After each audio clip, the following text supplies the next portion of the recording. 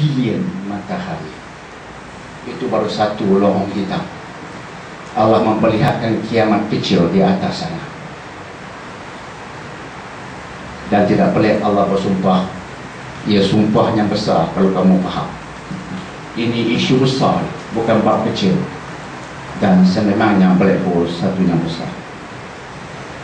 Saya ulangi supaya saya dapat kaitkan dengan Quran dan sains untuk kita letakkannya pada perspektif yang betul. Seterusnya kita masuk ke ayat nombor 77.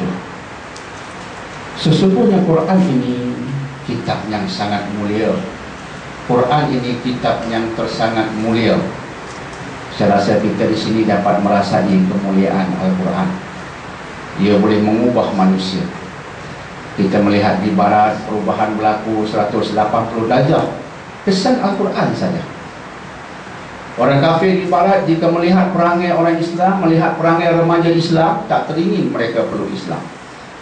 Orang Islam gaduh sama sendiri. Di Iran bergaduh, Timur Tengah gaduh, Malaysia pun gaduh juga. Gaduh. Kadang-kadang isunya isu kecil. Ini Salafi, ini Khalafi, ini ikut mazhab, ini non-mazhabi tak mau ikut mazhab, ini Hanafi, ini Syafi'i, yang tu Maliki, itu Hambali. Gaduh juga oleh puak-puak yang jahil, tak faham Quran dan Sunnah. Kemudian isu tarawih berapa rakaat, isu selawat, isu yang kita panggil dalam bahasa Inggeris petty issues, isu khilafiyah, isu kecil dibesarkan sehingga tenggelam isu yang sebenarnya besar. Sebab kita terlampau gairah untuk membesarkan isu-isu kecil. Orang kafir melihat sikap orang Islam yang terbabas keutamaan, melihat remaja Islam yang terjebak dengan penyalahgunaan najis dadah, yang terjebak dengan seks bebas dan seumpamanya, saya rasa mereka tak teringin peluk Islam. Kita bukan contoh yang baik. Tetapi di tengah-tengah umat Islam berada di tahap yang paling rendah, tiba-tiba orang kafir peluk Islam. Ia disebabkan oleh penjuru Al-Quran. Mereka mengkaji ini dan mereka memeluk Islam. Nama-nama mereka begitu banyak yang pernah kita sebutkan di sini, seperti Dr. Gary Miller, Profesor Jeffrey Lang, Dr. Maurice Bucaille, Profesor Fidelma O'Leary, dan ramai lagi. Mereka ini pakar-pakar sains. Selepas mereka mengkaji Al-Quran, mereka memeluk Islam. Benarlah Allah ketika Allah menyatakan bahawa innahu laqur'anun karim. Quran ini tersangat mulia. Kita kena fahami isi dia untuk mengaguminya.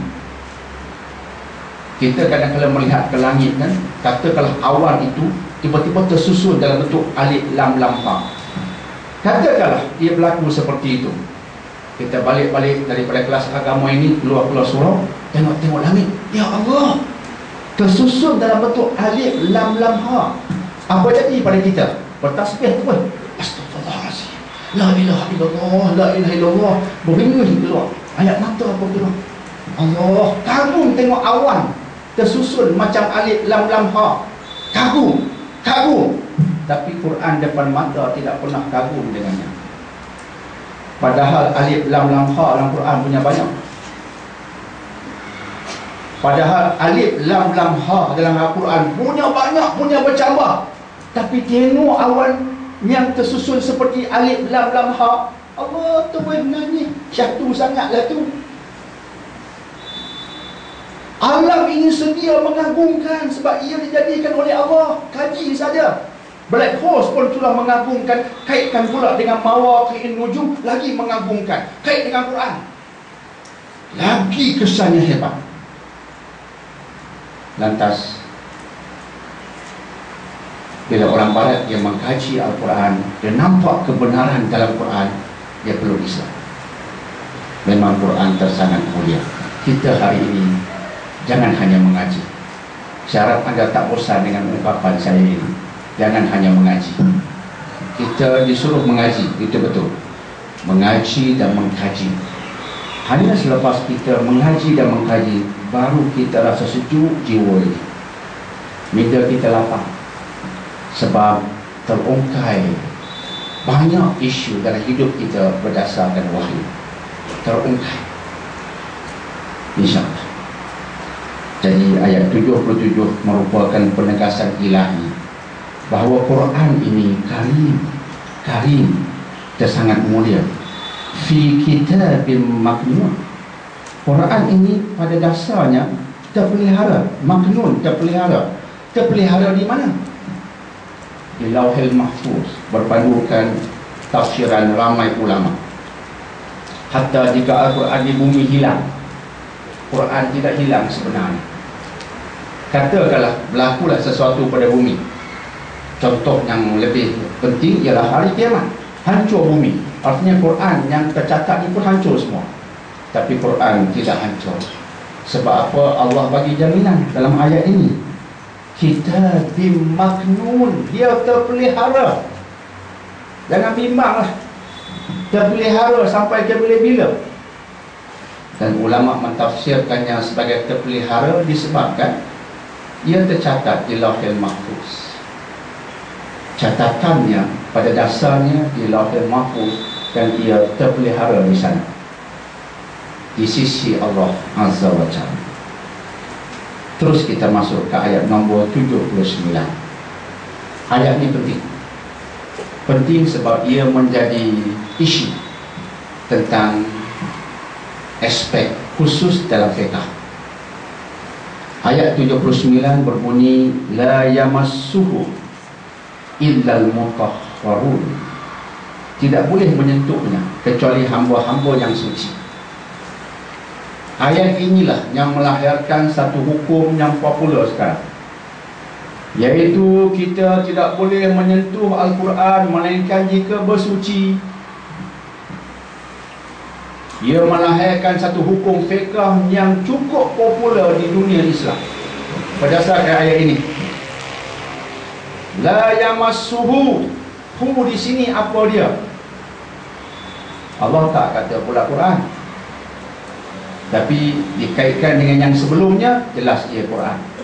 Sebab ayat sebelumnya menceritakan tentang Al-Quran Karim, terpelihara di Lauhil Mahfuz dan tidak mungkin menyentuhnya. Sudah pasti berbalik pada ayat sebelum itu.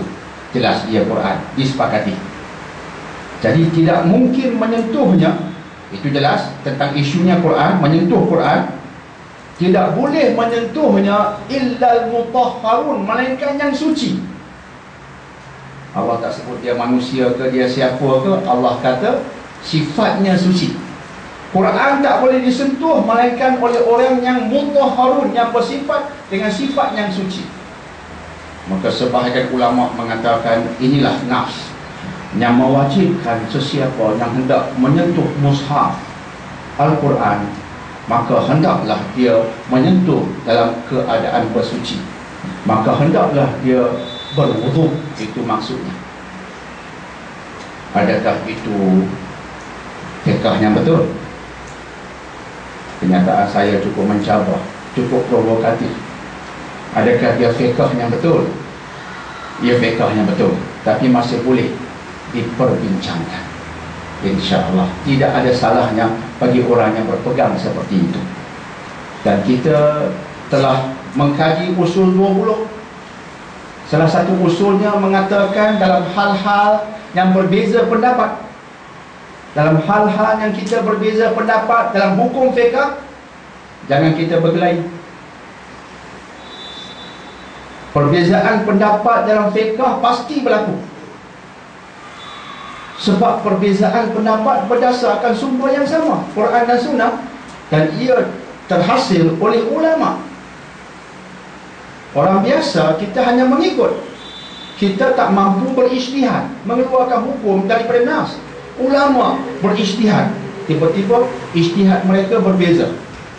Ada yang berkata begitu, ada yang berkata begini. Sumbernya sama, Quran dan Sunnah yang sama mereka gunakan, tapi konklusinya berbeza.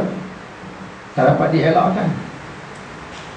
Tak dapat dielakkan. Perbezaan pendapat dalam hal-hal cabang tak dapat dielakkan. Yang perlu kita faham, selepas itu ialah kaedah. Kaedah